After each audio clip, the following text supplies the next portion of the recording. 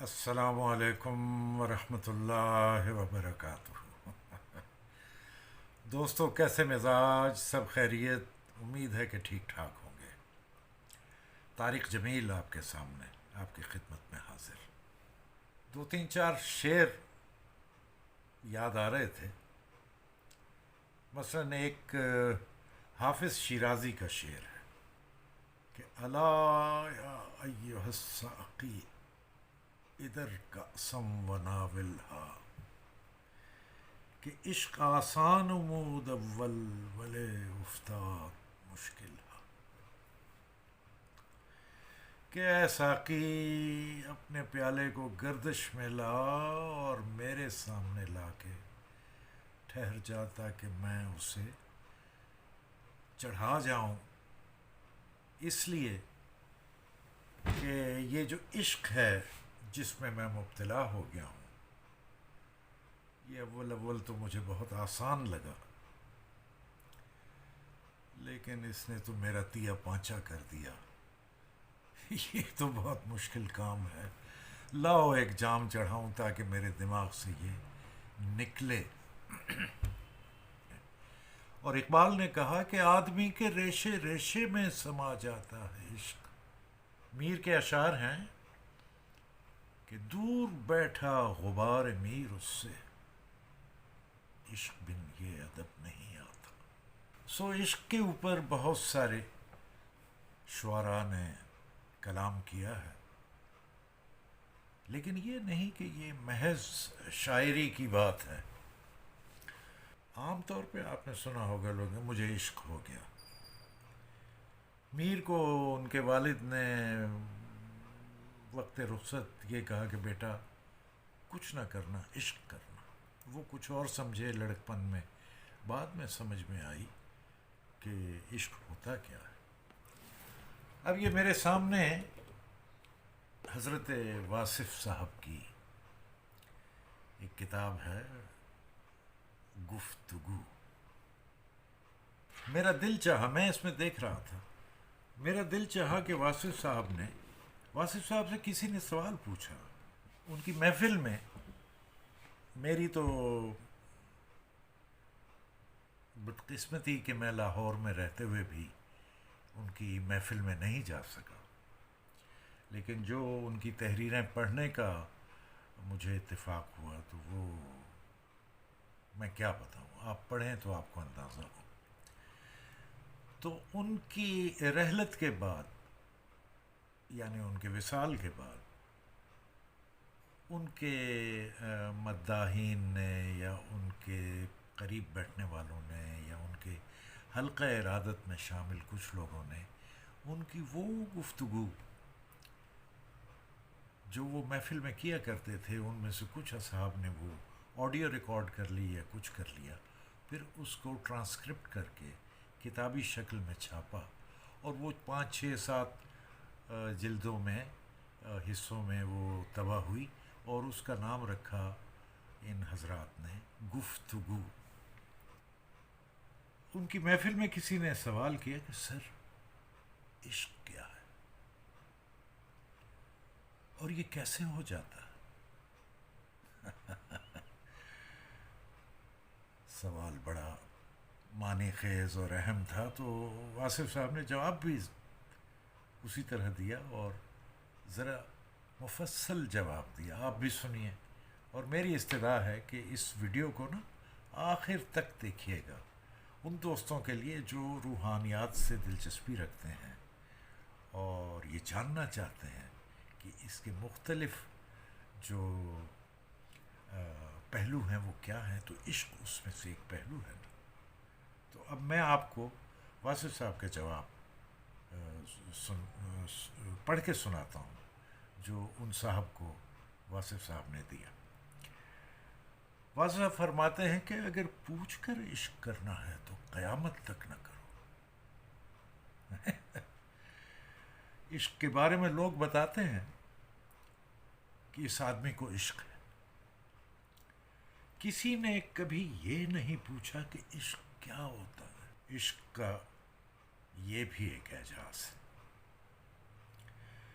کہ عشق جس کے دل میں موجود ہے اس کو یہ نہیں پتہ ہوتا کہ عشق کیا ہوتا ہے۔ عشق اور معشوق کا جلوہ ہر جگہ ہے، اس کی تعریف نہیں ہو سکتی۔ اس کے باوجود اگر آپ تعریف کرنا چاہو تو ایک انسان کا کسی انسان کے ساتھ اتنا لگاؤ ہو جائے کہ وہ اس کے قریب سے قریب تر ہوتا چلا جائے، حتیٰ کہ اپنی ذات سے فنا ہو کر اس کی ذات میں بقا حاصل کر جائے، تو اس لگن کو عشق کہیں گے۔ اپنی ذات سے فنا ہو کر اس کی ذات میں بقا کیسے ہوتی ہے؟ یہ سوال پیدا ہو گیا کہ اپنی ذات سے فنا ہو کر اس کی ذات میں بقا کیسے ہوتی ہے؟ یعنی اگر اس سے کہیں کہ تیرا نام کیا ہے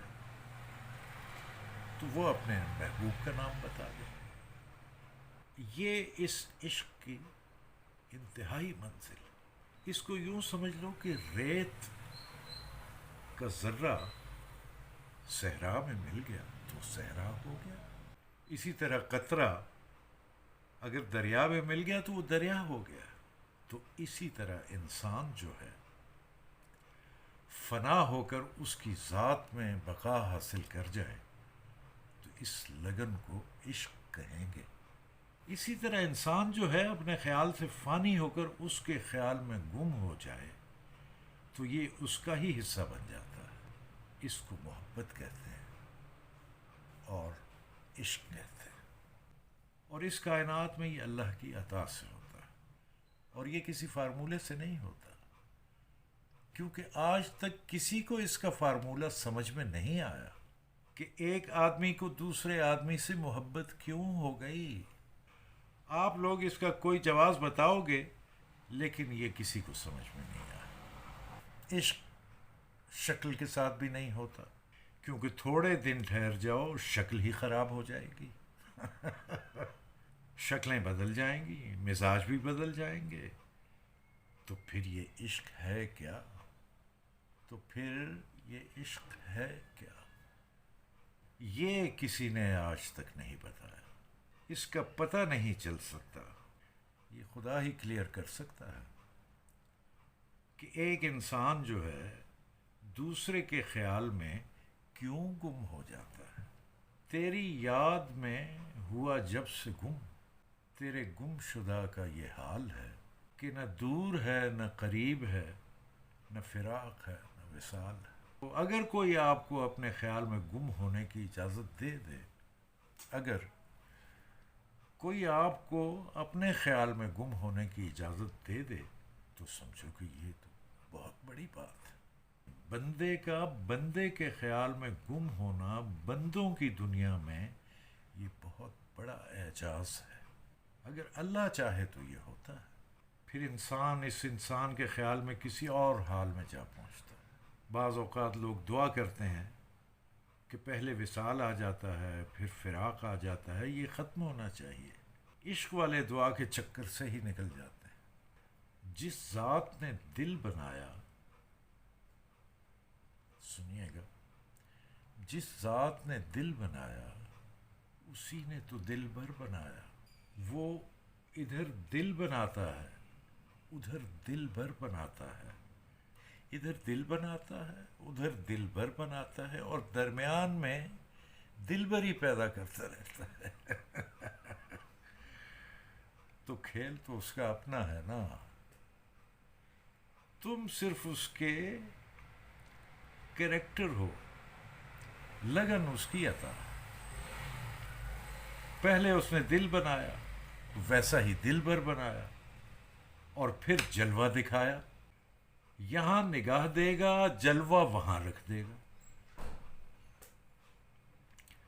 نگاہ یہاں دے گا اور جلوہ ادھر رکھ دے گا، اور پھر کہے گا اس کو ڈھونڈو۔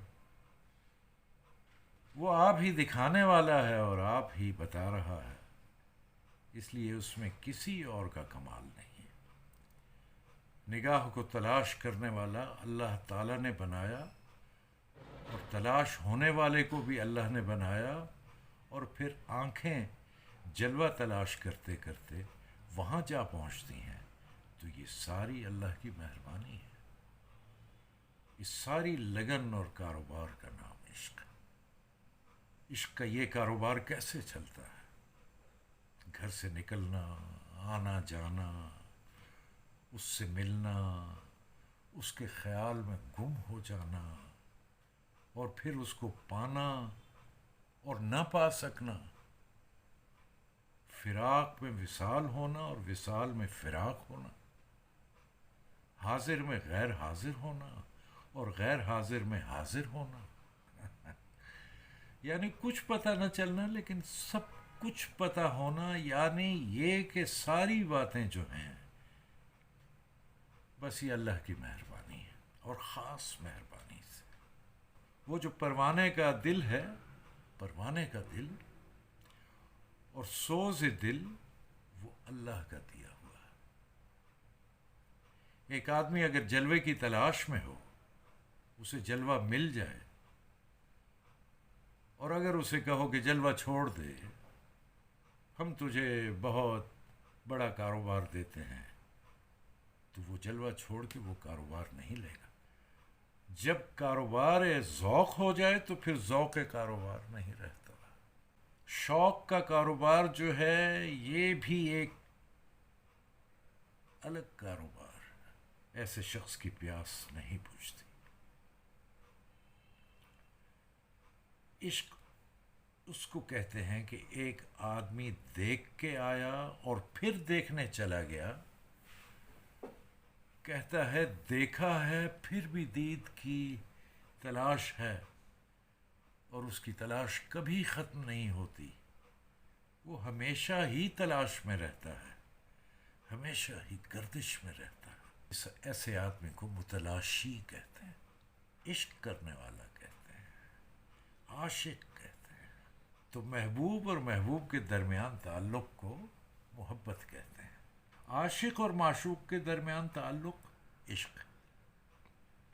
ایک آدمی کا دوسرے آدمی کے خیال میں گم ہونا، کہ وہ اس کے قریب ہونا چاہے، حتیٰ کہ اپنی ہستی سے مٹ جائے یا مٹ جانا چاہے، اور محبوب کی ہستی میں قائم رہنا چاہے کہ اس کی وجہ سے اس کا پتہ چل جائے اور میرے مرقد سے اس کا پتہ چل جائے، تو یہ اگر اللہ تعالیٰ عطا فرمائے تو ہوتا ہے، ورنہ عشق وضاحتوں سے نہیں ہوتا۔ دیکھنے والے اور دنیا والے کہتے ہیں کہ اس سے کیا ہو گیا، اس کے محبوب میں کوئی خاص بات تو نظر نہیں آتی۔ سودا نے کہا نا کہ سودا جو تیرا حال ہے اتنا تو نہیں، وہ کیا جانی ہے تم نے اسے کس آن میں دیکھا۔ تو اگر ایک دیوار اور کسی کو اس دیوار پہ جلوہ نظر آ جائے تو وہاں یہ محو ہو جائے گا، اور جس کو نظر نہیں آیا وہ محو نہیں ہوگا۔ ایسا جلوہ اللہ تعالیٰ دکھاتا ہے۔ جلوہ آفتاب کا ہے اور روشن دیوار ہے، اگرچہ دیوار بے جان ہے۔ جلوہ آفتاب کا ہے اور روشن دیوار ہے، اگرچہ دیوار بے جان ہے، لیکن دیکھنے والے کے لیے جلوہ ہے۔ یہ نظر اور ایسا نظارہ اللہ تعالیٰ کی مہربانی ہے، اور دیکھنے والا خوش قسمت۔ یہ حضرت واصف علی واصف کی خدمت میں